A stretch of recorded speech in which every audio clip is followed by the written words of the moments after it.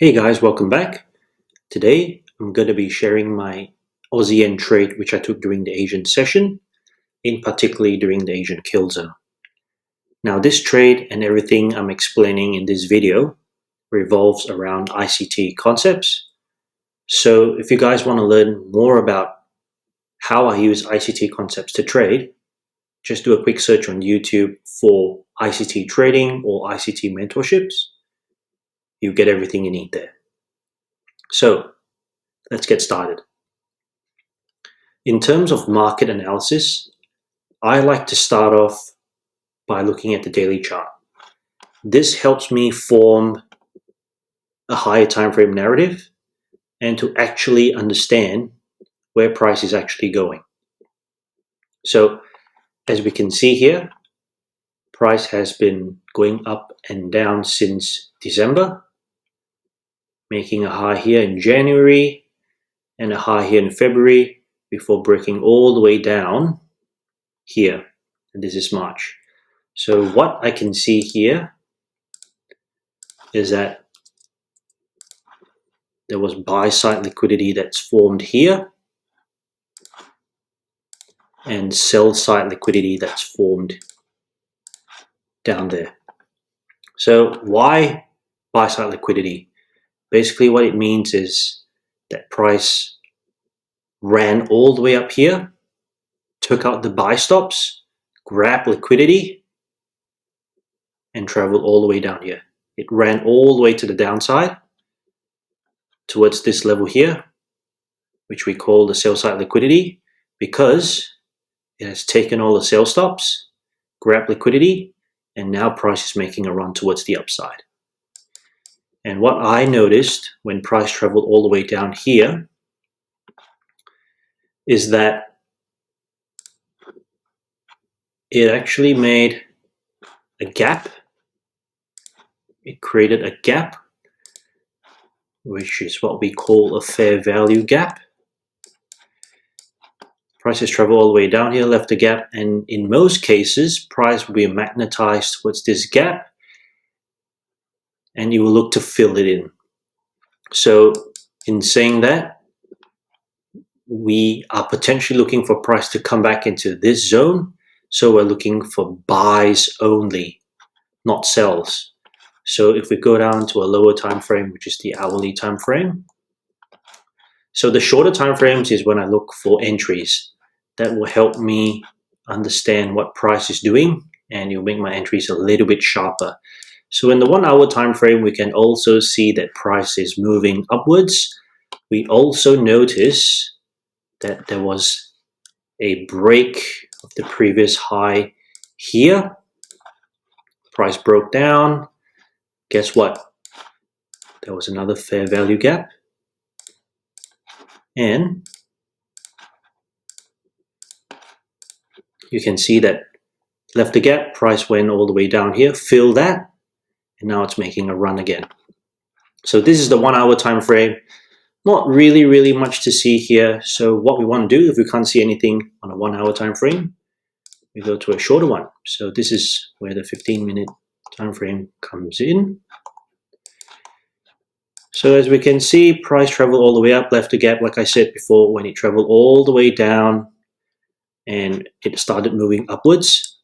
It's not this fair value gap that actually caught my eye. As we can see, as price traveled down, we notice, whereas I should say I notice, there was a shift in market structure. So it's making its higher high, and then now it's lower low, lower high, lower low, all the way down here. We noticed there was a shift in market structure right here. Right, you can see broke the previous level here. You can see big displacement, big candles showing that price is willing to go up. So in this case, what I like to see is that there was a market structure shift. This happened during the New York session. In Australia, that's around 2 a.m. I didn't catch that. I only trade the Asian Killzone during the Asian session. So that's around 9 to 12. So at 9:45, let's take this away just to make it clearer. Take this away as well. At 9:45, I noticed that there was a big candle that was formed here, big displacement. So we can actually see, let's shift this market structure here. There was another market structure shift breaking that previous high. So this made me think, okay, there was a market structure shift. So there's potential for the price to go up.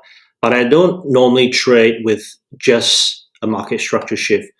So I normally trade when there's a few things that come together. So you're talking about things like fair value gaps, order blocks, market structure shift. So when the market structure shift happened here, what I noticed on this 15-minute time frame, there was also a fair value gap that was formed.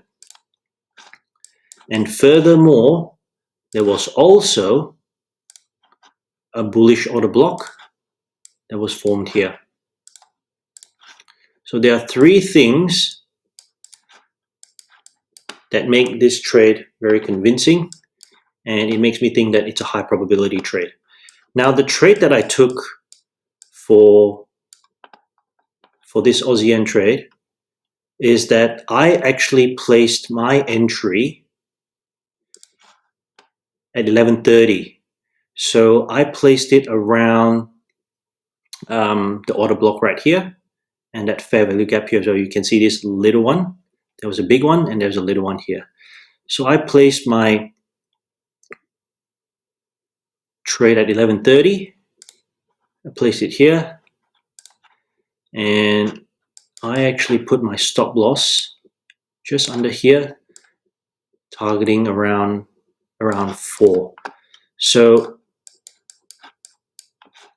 when I go back into the 5-minute time frame, or I should say I go into the 5-minute time frame, you can see that price is a little bit sharper. That price actually went into this fair value gap and into that order block, triggering my entry, and that's where I closed my trade. So I was managing my trade all the way up there under the 1-minute time frame.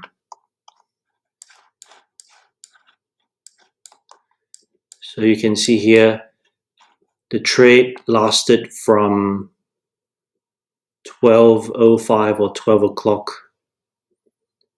So the trade duration was about 40 minutes, and that gave me a 1-to-4 risk-reward ratio. I didn't continue holding the trade all the way up here because the reason why I put my stop loss here, if I go back to the 5-minute time frame, is because there was a previous buy-side liquidity. That was my target. So here there was one,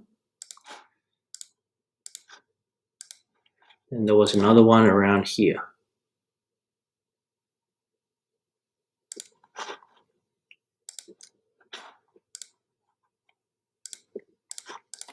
So I was actually using the 1-minute time frame to manage my trade. As you guys can see here, there are many bullish order block when price was making its way up here. So I started trailing my stop loss from here to here to here to here to here progressively. So basically it was a 1-to-4 trade, really good. Unfortunately, I took it off here. I didn't get my full trade taken out here, and that's fine. 1-to-4 is not bad. Sometimes it's about being happy with your trade and managing it. 1-to-4 is pretty good. So there you go. Hope you guys enjoyed this video. I'll catch you at the next one.